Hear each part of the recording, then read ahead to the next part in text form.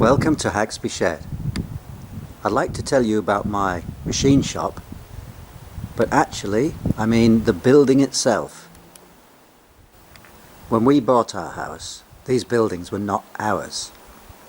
They were on a piece of land next door, but the land was completely derelict, and these buildings were derelict.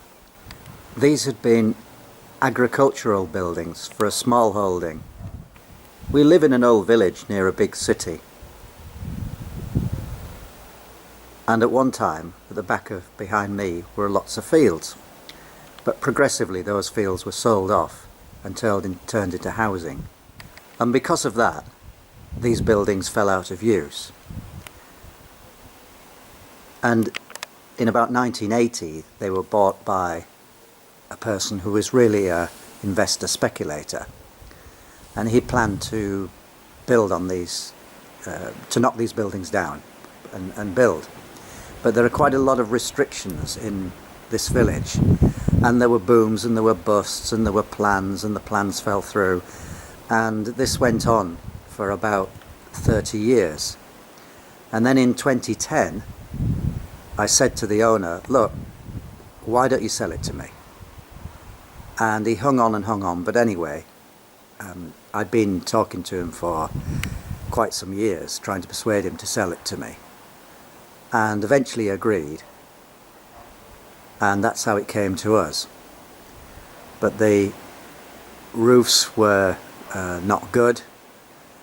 The bit of land that's with it was totally overrun with brambles. People used to come round and dump their garden rubbish here, so we took on the place in quite a state of disarray. I'll put in some still shots of what the building was like when we took it over, but it was a real pigsty. And when I say a pigsty, I mean it was a pigsty, because they used to keep pigs in it. So you'll see that. And the first thing we did was to put in a dry floor, and for quite a long time we used it as a storeroom, because our children would say, look, you've got those buildings, can you store this sofa, can you store this bed, when they were building up furniture to buy a house, or when they were moving between houses and so on. But eventually it got to the point where there was some clear space in it, and I said, right, that's going to be my machine shop. So let's talk about the inside. The building looks quite tidy now, but it was quite a wreck. The wall to my right had bowed out slightly by a few inches, because at one time there must have been a roof on it which was sagging, and I know from a bit of history that the roof was probably put on, this roof was probably put on in the 60s or 70s, probably the 70s I would think. The woodwork was reasonable in the roof, and it was felted, but it was still very drafty.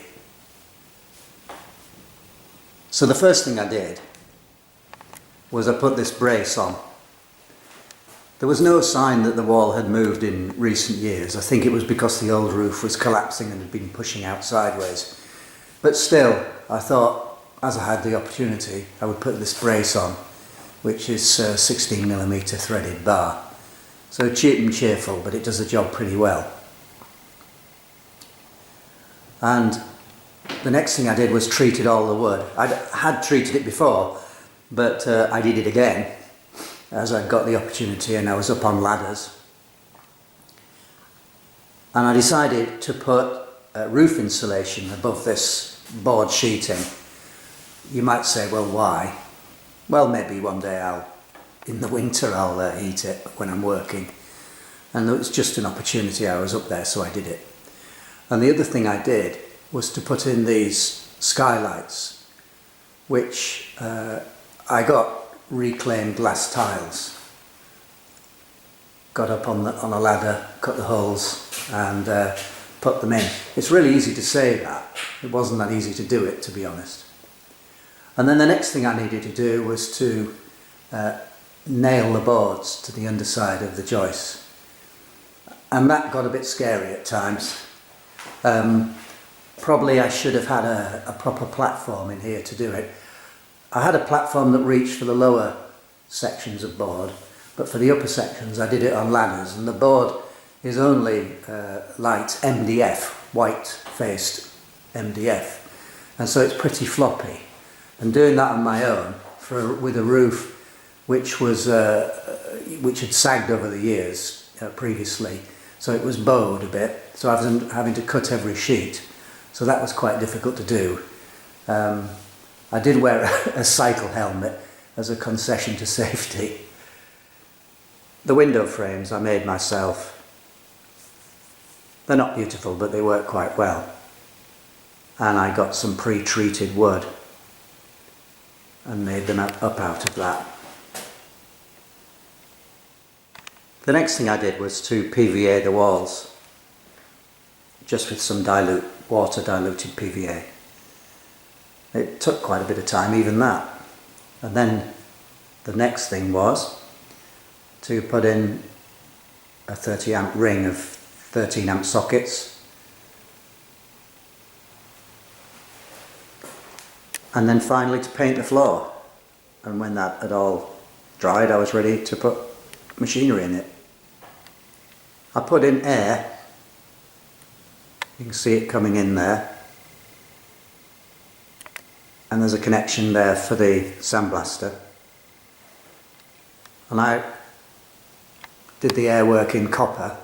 I could have done it in plastic tube, but I'm quite good in copper, and I didn't want the tubing dangling down, so I've routed it through as well to the building next door. I don't use it a lot. My son uses it when he's working on his car or his friends' cars,